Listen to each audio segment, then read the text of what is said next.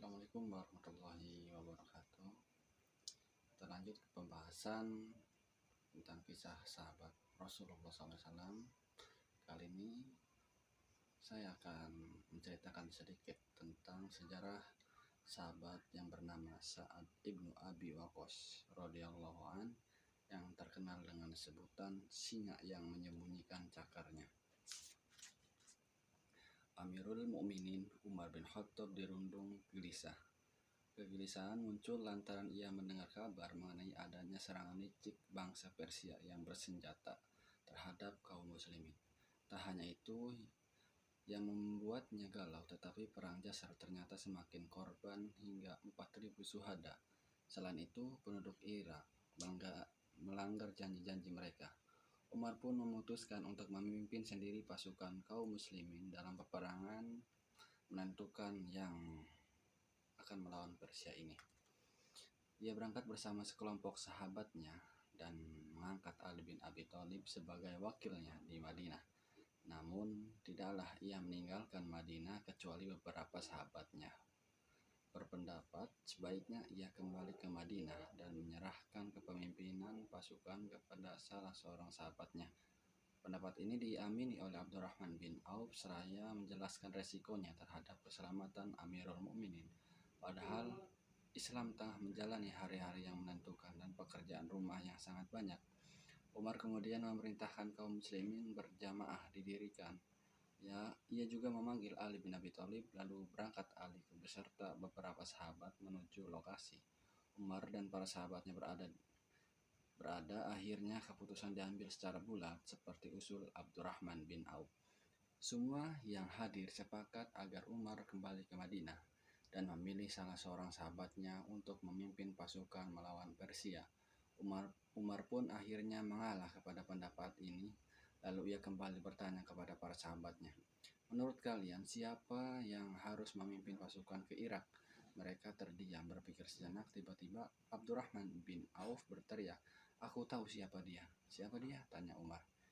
Singa yang menyembunyikan cakarnya, Sa'ad ibnu Malik al-Juhri. Kaum muslimin setuju dengan pendapat ini. Tak begitu lama Umar pun mengirim surat kepada Sa'ad ibnu Malik yang dikenal dengan Sa'ad ibnu Abi Waqqas dan mengangkatnya sebagai gubernur di Irak dan mengepali pasukan Islam. Siapakah singa yang menyembunyikan cakarnya ini?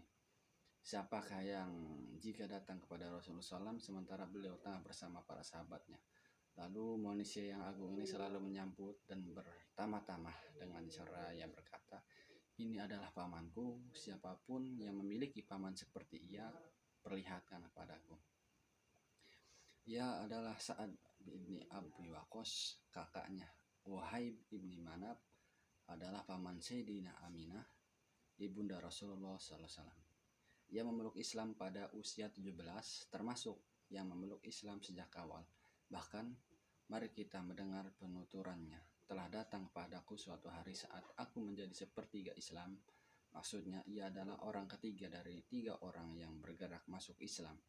Sejak hari pertama, Rasulullah SAW berbicara mengenai Tuhan yang Esa dan agama baru yang kabar gembiranya disebarkan secara rahasia. Sebelum mengambil rumah Arqam sebagai tempat pertemuan, beliau dengan para sahabatnya beriman kepadanya. Sa'ad ibnu Abi Waqqas membentangkan tangan kanannya untuk berbaiat kepada manusia utusan Tuhan ini. Buku-buku sejarah mencatat ia adalah salah seorang yang memeluk Islam dengan keislaman. Abu Bakar melalui tangan Muhammad SAW saat itu ia mengikrarkan keislaman bersama orang-orang yang merasa puas dengan ajakan Abu Bakar, yaitu Utsman bin Affan, Jubair ibnu Awam, Abdurrahman ibnu Auf, dan Tolha ibnu Ubaidillah.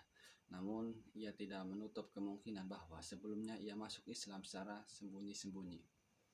Sesungguhnya Sa'ad Abi Waqqas memiliki banyak keutamaan yang bisa membanggakan, namun ia tidak pernah menyebut-nyebut kelebihannya, kecuali 2 keutamaan besar. Pertama, ia adalah orang pertama yang melepaskan anak panah dalam membela agama Allah dan juga orang yang mula-mula terkena anak panah. Kedua, ia adalah satu-satunya orang yang dijamin oleh Rasulullah SAW dalam jaminan kedua orang tua beliau. Pada saat perang Uhud, beliau bersabda, panahlah wahai Sa'ad, ibu ayahku menjadi jaminan bagimu. Ya, ia selalu mendengarkan dua kelebihan yang sangat agung tersebut. Ia juga selalu melantunkan syukur keduanya. Demi Allah, aku adalah laki pertama di kalangan bangsa Arab yang menentang panahnya, yang mementangkan panahnya di jalan Allah. Ali bin Abi Thalib berkata, aku tidak pernah mendengar Rasulullah SAW menjamin seorang dengan ibu ayahnya kecuali kepada Sa'ad. Aku mendengarnya pada perang Uhud. Beliau bersabda, panahlah wahai Sa'ad, ibu ayahku menjadi jaminan bagimu. Sa'ad termasuk kesatria berkuda bangsa Arab dan muslimin yang paling berani. Ia mempunyai dua macam senjata, panah dan doa. Jika ia memenah musuh dalam peperangan, niscaya akan mengenai sasarannya. Dan jika ia memohon sesuatu kepada Allah, pasti ia dikabulkannya.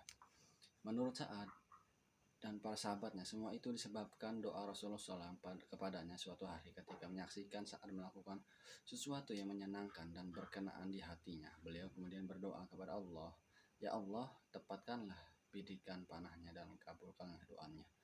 Demikianlah saudara-saudara dalam para sahabat dengan sangat mengenal doanya, tak ubahnya pedang yang sangat tajam. Hal ini juga disadari sepenuhnya oleh Sa'ad. Sebab itu ia tak ingin berdoa bagi kerugian seseorang kecuali dengan menyerahkan urusannya kepada Allah. Sebagai contoh adalah peristiwa yang diriwayatkan oleh Amir ibnu Sa'ad saat melihat seseorang lelaki memaki Ali, Tolha, dan Jubair. Ketika dilarang, orang itu tidak mau menghentikannya.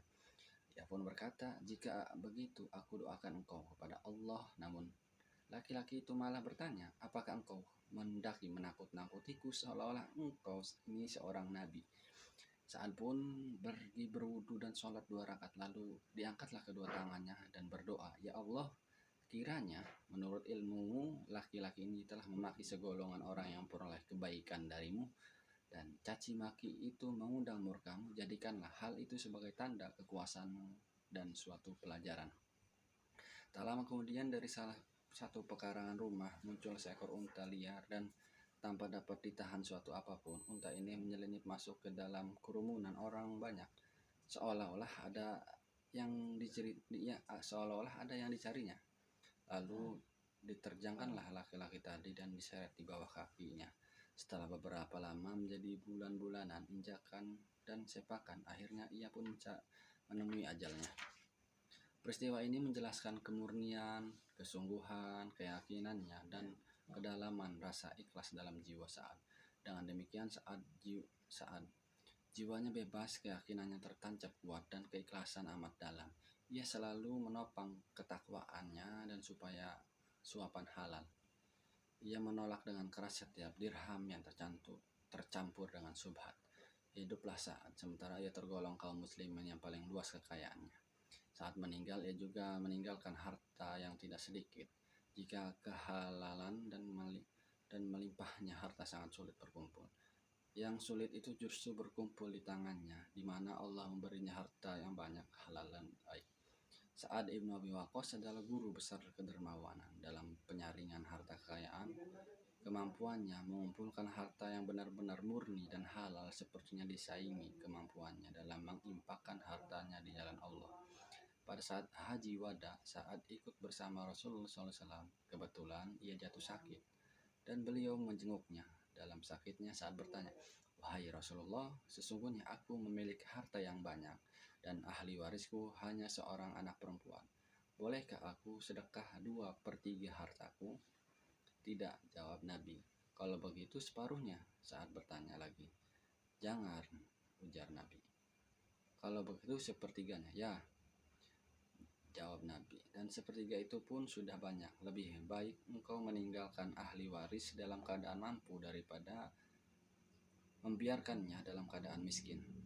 Lalu menadahkan tangannya untuk meminta kepada orang lain. Dan setiap nafkah yang engkau keluarkan dengan mengharap ridho Allah, pasti engkau akan diberikan pahala. Bahkan walau sesuap makanan yang engkau suapkan di mulut istrimu. Berapa lama Saat menjawab ayah bagi seorang putri. Namun kemudian Allah memberinya rezeki beberapa orang putra. Sa'ad adalah orang yang kerap menangis karena takut kepada Allah. Jika mendengar Rasulullah SAW berkhutbah dan menasehatinya mereka, air matanya bercucuran hingga hampir menggenangi tenggorokannya. Ia adalah seorang muslim yang dianugerahi nikmat ringan beribadah dan diterima ibadahnya. Dalam kesempatan lain ketika Rasulullah sedang duduk-duduk bersama para sahabat, tiba-tiba beliau menatap dan menejamkan pandangannya ke satu titik, seolah utusan Allah tersebut tengah menunggu bisikan atau kata-kata rahasia. Lalu beliau menoleh kepada para sahabat dan bersabda, sekarang akan muncul di hadapan kalian seorang laki-laki penghuni surga. Para sahabat pun menengok kiri dan kanan serta setiap arah untuk melihat siapakah kiranya orang berbahagia yang beruntung memperoleh karunia itu. Dan tidak lama setelah itu muncullah di hadapan mereka Sa'ad ibnu Abi Waqqas. Sementara itu Abdullah ibnu Amr ibnu Alas lantas membuntutinya terus mendesak bertanya kepada Sa'ad ibnu Abi Waqqas agar ia menunjukkan ucapan atau amalan yang mendekatkan diri kepada Allah, sehingga ia bisa meraih kedudukannya sebagaimana halnya Sa'ad. Kemudian Sa'ad pun berkata kepadanya, aku tidak beramal dan beribadah lebih banyak dari kalian. Hanya saja aku tidak pernah menyimpan rasa dengki dan keburukan kepada seorang pun dari kaum muslimin. Begitulah Sa'ad, manusia berjuluk singa yang menyembunyikan cakarnya, yang diungkapkan Abdurrahman bin Auf. Lalu tokoh yang dipilih Umar pun untuk memimpin pertempuran Al-Qadisiyah yang amat dahsyat itu. Keistimewaan dengan berkilauan di hadapan Amirul Mukminin Umar, sehingga tanpa ragu ia memilihnya untuk menaikkan misi tersulit yang dihadapi Islam dan kaum muslimin saat itu. Ia adalah seorang mustajab doanya. Jika ia memohon kemenangan kepada Allah, niscaya dia akan memberikannya. Ia adalah orang yang pandai menjaga makanan, lisan, dan pandangannya. Ia adalah salah seorang ahli surga sebagaimana diberitakan Nabi Muhammad SAW. Ia adalah pahlawan dalam perang Badar, Uhud, semua peperangan yang dihadapi bersama Rasulullah SAW. Selain itu, Umar tidak akan lupa karena kedudukannya yang sangat penting, nilainya luhur dan kedudukan di antara semua keistimewaan yang harus ada di dalam diri seseorang yang mengemban tugas maha penting, kekuatan iman. Umar tidak akan lupa kisah Sa'ad beserta ibunya pada saat ia memeluk Islam dan mengikuti Rasulullah SAW. Ketika itu semua usaha ibunya untuk menghalangi dan mengembalikan putranya dari agama Allah mengalami kegagalan. Maka ditempuhnya suatu jalan yang tak diragukan akan melemahkan semangat Sa'ad, sehingga dengan mudah ia akan membawanya kembali pada agama berhala yang dianut keluarga dan kerabatnya. Wanita itu menyatakan akan mogok makan dan minum sampai Sa'ad kembali pada agama nenek moyang dan kaumnya. Dengan keteguhan tekad yang luar biasa, ia benar-benar tidak menjamah makanan ataupun minuman hingga hampir menemui ajalnya. Saat tidak terpengaruh oleh tindakan ibunya, ia tetap kukuh dan pada pendiriannya. Ia tidak akan menjual agama dan keimanannya dengan suatu apapun, meski itu adalah nyawa ibunya. Keadaan ibunya kian parah dan hampir meninggal. Beberapa orang keluarganya membawa Sa'ad kepadanya untuk menyaksikan terakhir kali dengan harapan hatinya akan melunak saat melihat ibunya dalam keadaan sekarat. Sa'ad pun pergi. Di sana ia menyaksikan suatu pemandangan yang mampu menghancurkan kerasnya batu karang sekalipun. Namun imannya kepada Allah dan Rasul melebihi batu karang manapun. Wajahnya didekatkan ke wajah ibunya dan dikatakannya dengan suara yang keras agar ia mendengarnya. Wahai ibunda, ketahuilah, seandainya engkau mempunyai 100 nyawa, lalu ia keluar satu persatu, demi Allah, tidaklah anakmu akan meninggalkan agama ini untuk apapun juga. Maka terserahlah kepadamu apakah engkau akan makan atau tidak. Akhirnya, ibunya menarik diri dari kekerasan hatinya. Lalu turunlah wahyu untuk menguatkan sikap Sa'ad. Allah Subhanahu wa Ta'ala berfirman, dan jika keduanya memaksamu untuk mempersekutukan aku dengan sesuatu yang tidak mempunyai ilmu tentang itu, janganlah engkau mengikuti keduanya. Surah Al-Luqman ayat ke-15.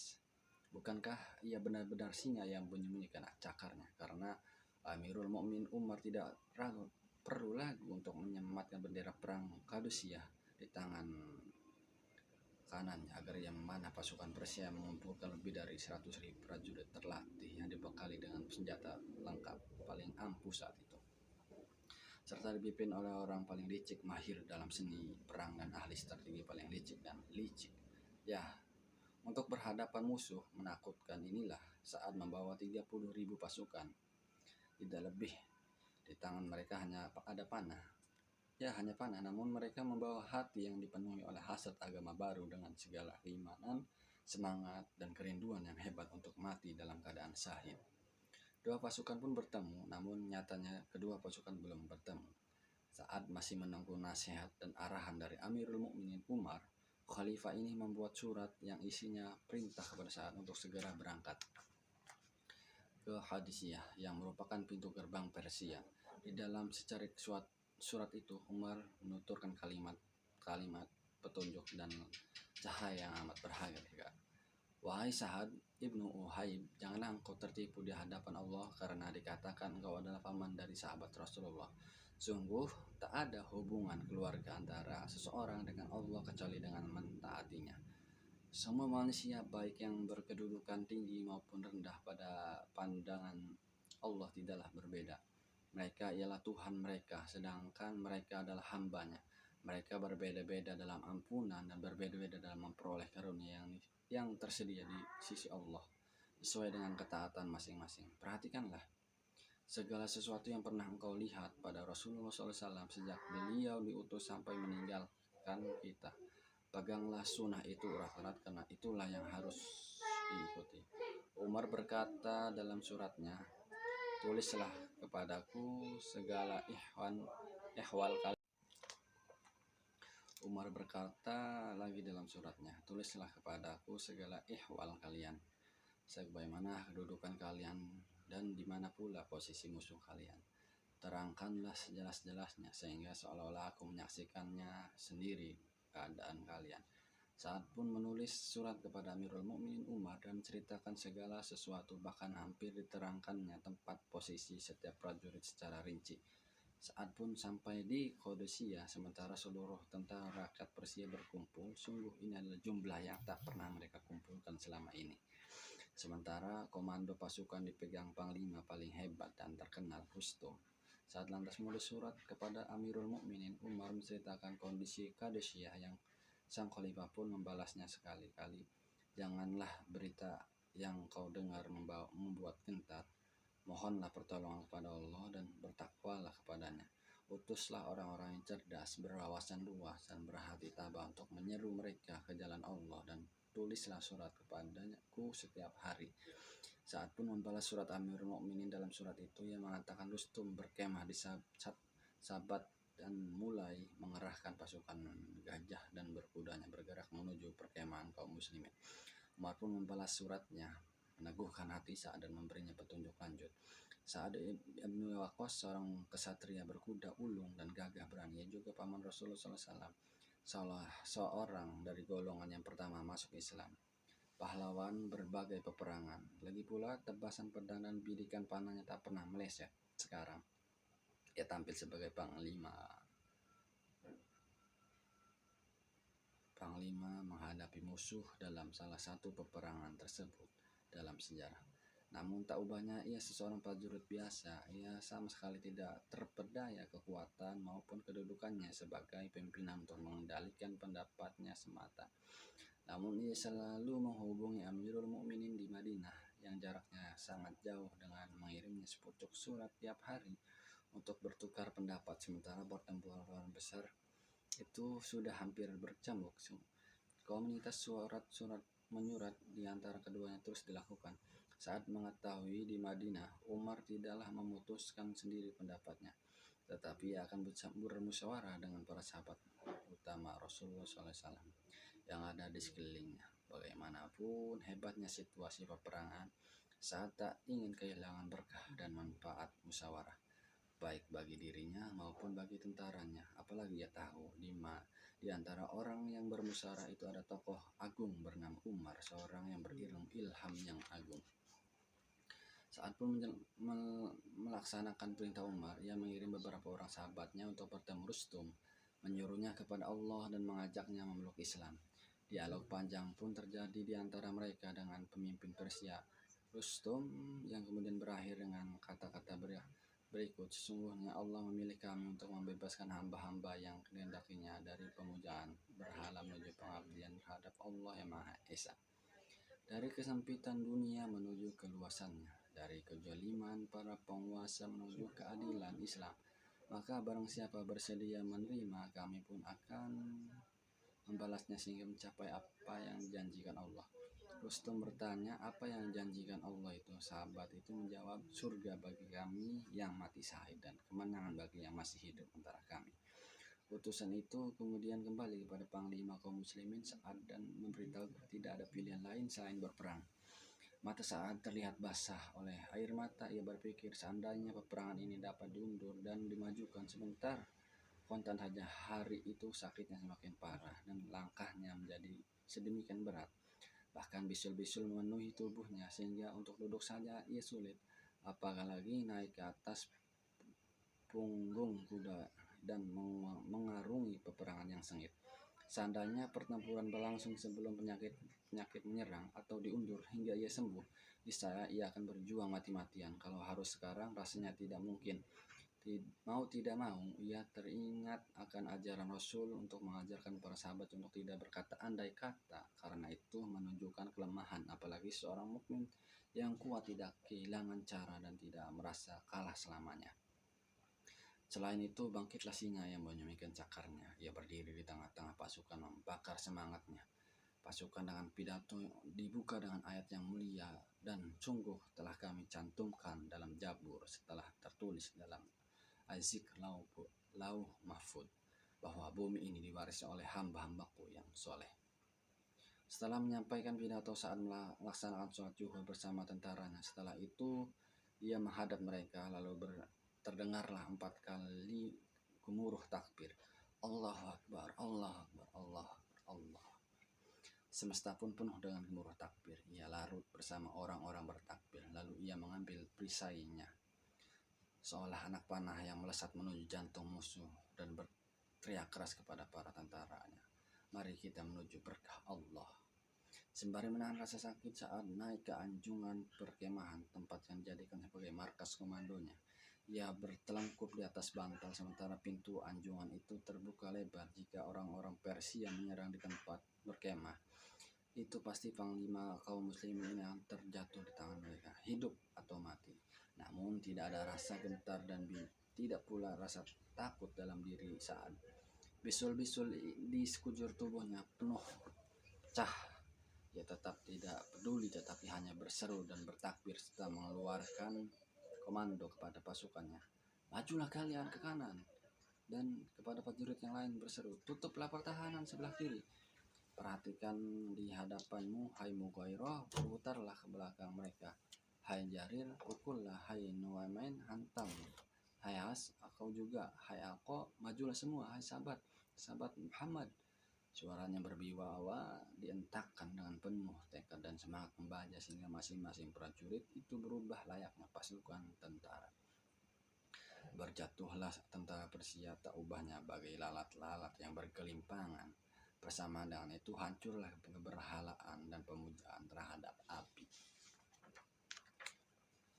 Semangat sisa-sisa prajurit Persia yang kalah serasa terbang, terlebih setelah mereka niat pimpinan mereka menemui ajalnya. Pasukan muslim kemudian mengusir mereka hingga Nahwan, lalu ke Madian. Akhirnya mereka pun memasuki untuk merampas singgasana dan mahkota Kisra. Sementara itu dalam pertempuran Madain, Sa'ad menunjukkan prestasi yang luar biasa. Pertempuran Madain ini terjadi sekitar 2 tahun setelah pertempuran Qadesiyah. Di dalamnya berbagai peperangan kecil antara kaum muslimin dan pasukan Persia berlangsung terus-menerus hingga akhirnya sisa-sisa pasukan Persia berkumpul di Madain, menanti pertempuran terakhir yang menentukan nasib mereka. Saat memahami bahwa waktu akan memulihkan kekuatan musuh, sebab itu ia bertekad untuk memusnahkan keuntungan ini. Namun sayang, di antara ia dengan Madain terbentang sungai Tigris bersama dengan saat musim air meluap dan banjir. Disinilah terbukti sifat yang diberikan Abdurrahman bin Auf kepadanya adalah benar. Ia adalah singa yang menyembunyikan cakarnya. Keimanan dan keteguhan saat berkilauan saat menghadapi bahaya. Ia berusaha mendaki semua hal yang mustahil dengan keuletan yang luar biasa saat memerintahkan pasukannya untuk menyeberangi Tigris. Selain itu, ia juga menyuruh pasukannya untuk mencari arungan sungai yang memungkinkan mereka untuk menyeberangi. Akhirnya mereka menemukan tempat untuk melintas meskipun dengan tingkat resiko yang sangat besar. Sebelum semua pasukan saat menyeberang, dengan cerdas ia mengantisipasi segala kemungkinan. Ia ingin tempat pasukannya menyeberang dengan aman dan dari musuh. Karena itu kemudian ia menyiapkan dua resismen. Pertama, mereka menyebutnya resismen Ahwal. Saat lalu mengangkat Asim ibnu Amr sebagai pemimpinnya. Pasukan kedua diberi nama resismen Kharsa dengan Kakak ibnu Amr sebagai komandannya. Seluruh prajurit yang tergabung dalam dua resismen ini bertugas meretas jalan yang aman menuju tepian sebelah yang dikuasai musuh dan melindungi induk pasukan yang akan menyusul mereka dari belakang. Dan sungguh mereka menunaikan tugas itu dengan keterampilan yang sangat menakjubkan. Siasat yang dilakukan saat menuai hasil mengundang decak kagum dari ahli sejarah. Bahkan ia sendiri tidak mengira akan sukses ini. Salman Al-Farisi, seorang kawan seperjuangannya dalam pertempuran itu, sampai tak percaya dengan kesuksesan besar ini. Dengan penuh takjub, ia menepuk kedua tangannya lalu berkata, agama Islam masih baru tetapi lautan mereka taklukkan, sebagaimana halnya mereka menaklukkan daratan. Demi Allah yang nyawaku berada di dalam genggamannya, mereka pasti akan keluar berbondong-bondong dari Madain dengan selamat sebagaimana mereka masukinya.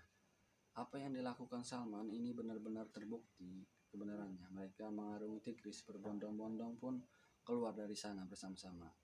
Tidak satu pun prajurit yang gugur, bahkan tidak ada seorang pun dari mereka kehilangan tali kekang keduanya.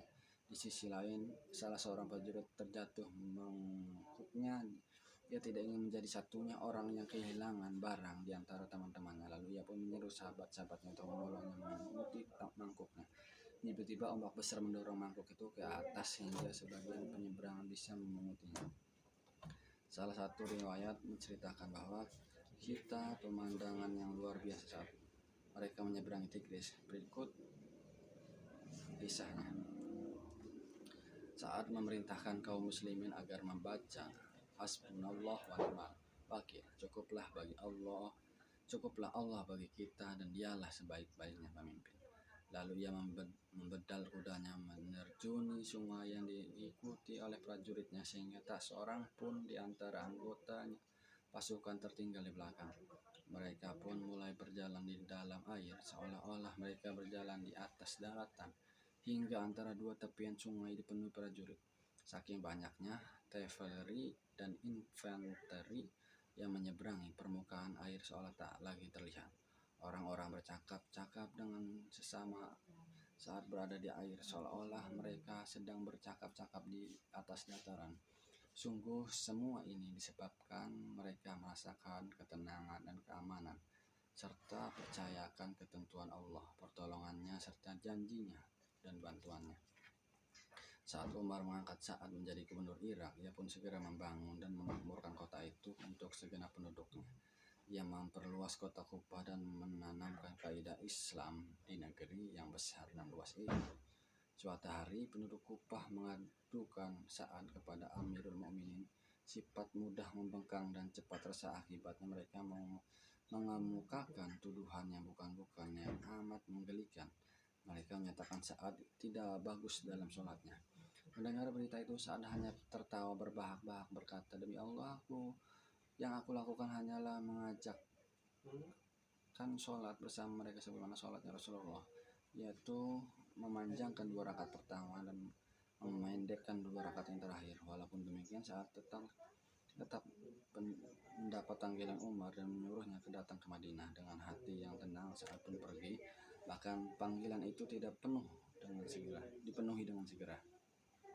Setelah beberapa lama, Umar bermaksud untuk mengembalikannya ke Kufah, tetapi sambil tertawa Sa'ad menjawab, apakah Anda hendak mengembalikanku kepada kaum yang mengatakan sholatku tidak baik? Namun akhirnya ia memilih tetap tinggal di Madinah. Salah seorang musuh melukai Amirul Mukminin. Ia kemudian memilih 6 orang dari sahabatnya agar mereka memusyawarahkan pemilihan khalifah pengganti dirinya. Ia menyatakan Rasulullah SAW merestui pemilihan 6 orang tersebut. Salah satu di antara ke-6 itu adalah Sa'ad ibnu Abi Waqqas secara eksplisit. Umar mengakui seandainya bisa memilih sendiri khalifah berikutnya tentu ia memilih Sa'ad. Ia berwasiat dan mengucapkan kata-kata terakhir kepada para sahabat. Jika Sa'ad yang kemudian memegang khalifah, ia itu yang seharusnya. Namun jika orang lain yang memegangnya, hendaknya ia meminta bantuan Sa'ad. Allah berkenan memanjangkan usia Sa'ad hingga ia mengalami sendiri masa-masa fitnah besar. Ia pun menjauhkan dirinya sendiri, bahkan ia memerintahkan keluarganya agar tidak membawa berita apapun mengenai fitnah itu kepadanya. Pada suatu hari, saat perhatian orang tertuju kepadanya dan anak saudaranya, Hasim ibnu Ubah ibnu Abi Waqqas datang menghadap saya berkata, "Paman, di sini ada 100.000 bilah pedang yang siap dihunus." Mereka menganggap pamanlah yang lebih berhak mengenai urusan khilafah ini. Namun, saat menjawab, dari 100.000 bilah pedang itu akan ingin sebilah pedang saja. Jika aku tebaskan kepada orang mukmin, pedang itu tak akan mencederainya sedikit pun juga. Namun, bila ditebas kepada orang kafir, pastilah putus batang lehernya. Mendengar jawaban itu, anak saudaranya pun mengerti akan pendirian Sa'ad. Ia pun berlalu dan membiarkan Sa'ad hidup dalam pengasingan dirinya dan kedamaian hingga akhirnya tampak kekhilafahan pun jatuh ke tangan Muawiyah. Begitu juga kendali kekuasaan berada di genggaman tangannya. Lantas ia bertanya kepada Sa'ad, "Mengapa engkau tidak ikut berperang di pihak kami?" Sa'ad menjawab, "Aku sedang lewat di suatu tempat yang dilanda badai hebat sehingga suasana menjadi sangat gelap. Maka aku berkata, saudaraku, lalu aku tepikan kendaraan menuju jalan terang kembali." Mendengar jauh Sa'ad, Muawiyah mencoba menyangkalnya dengan menyatakan, "Bukankah dalam Quran tak ada saudaraku yang ada hanya firman Allah? Dan apabila ada dua golongan orang mukmin yang berperang, damaikanlah antara keduanya. Jika salah berbuat jolim terhadap golongan, perangilah yang berbuat jolim itu sehingga golongan itu kembali pada perintahnya." Al-Hujurat ayat ke-9. Dan engkau tidak berada di pihak yang jolim untuk memerangi pihak yang benar, tidak pula dalam barisan pihak yang benar dan memerangi pihak yang jolim. Saat menjawab, "Aku tak ingin memerangi seorang lelaki, yakni Ali, sebab Rasulullah pernah bersabda mengenai dirinya, 'Kedudukanku di sampingku tak ubahnya seperti kedudukan Harun di samping Musa. Kedudukanmu di sampingku tak ubahnya seperti kedudukan Harun di samping Musa. Hanya tidak ada lagi nabi sesudahku.'" Suatu hari pada 54 Hijriah, usia Sa'ad lebih dari 80 tahun, ia sedang mempersiapkan dirinya untuk bertemu Allah di rumahnya. Di detik-detik terakhir kehidupannya itu, putranya menuturkan, "Kepala ayahku berada pangkuanku ketika ia hendak meninggal. Aku menangis dan berkata kepadaku, 'Anakku, apa yang membuatmu menangis? Sungguh Allah tidak akan menyiksaku dan sungguh aku termasuk penghuni surga.'" Begitulah saat keteguhan imannya tak tergoyahkan oleh apapun, bahkan oleh guncangan dan perhara maut sekalipun. Bukankah Rasulullah SAW menyampaikan kabar gembira ia akan masuk surga, sementara ia sangat mempercayai kebenaran sabda Nabi itu. Jadi apa yang ditakutkannya lagi? Sesungguhnya Allah tidak akan menyiksaku dan sungguh aku termasuk penghuni surga. Lontar sahabat Rasul ini saat menjelang ajal, kini hendak menemui Allah dan membawa kenangan-kenangan yang paling indah dan membanggakan, suatu yang menghubungkan dengan agamanya, yang mempertemukan dirinya dan Rasulnya. Karena itu ia berisyarat ke arah peti simpanannya. Mereka pun segera membuka peti itu dan mengeluarkan isinya. Ternyata barang kenangan itu adalah kain tua yang usang dan lapuk. Saat kemudian memerintahkan keluarganya agar mengapani mayatnya dan dengan kain itu berkata, "Kain ini aku gunakan saat aku menghadapi orang-orang musyrik dalam perang Badar. Kain itu lalu aku simpan sekian lama untuk keperluan seperti pada hari ini." Ya, kain yang usang itu bukanlah kain biasa. Ia adalah panji-panji yang berkibar di atas kehidupan yang panjang dan membanggakan. Ketika pemiliknya melalui setiap fase dengan penuh keimanan sesungguhnya dan keberanian, hari itu di atas pundak orang-orang, jasad sahabat yang terakhir meninggal di antara orang-orang muhajirin ini dibawa ke Madinah untuk ditempatkan dengan aman di samping sekelompok tokoh agung dari para sahabat yang mendahulunya menemui Allah. Di tanah Baqi inilah jasad-jasad mereka yang letih mendapatkan tempat beristirahat. Selamat jalan wahai Sa'ad, selamat jalan wahai pahlawan Qadisiyah, penakluk Madain, dan pemadam api pemuja di Persia untuk selama-lamanya. Sekian dari saya, terima kasih. Wassalamualaikum warahmatullahi wabarakatuh.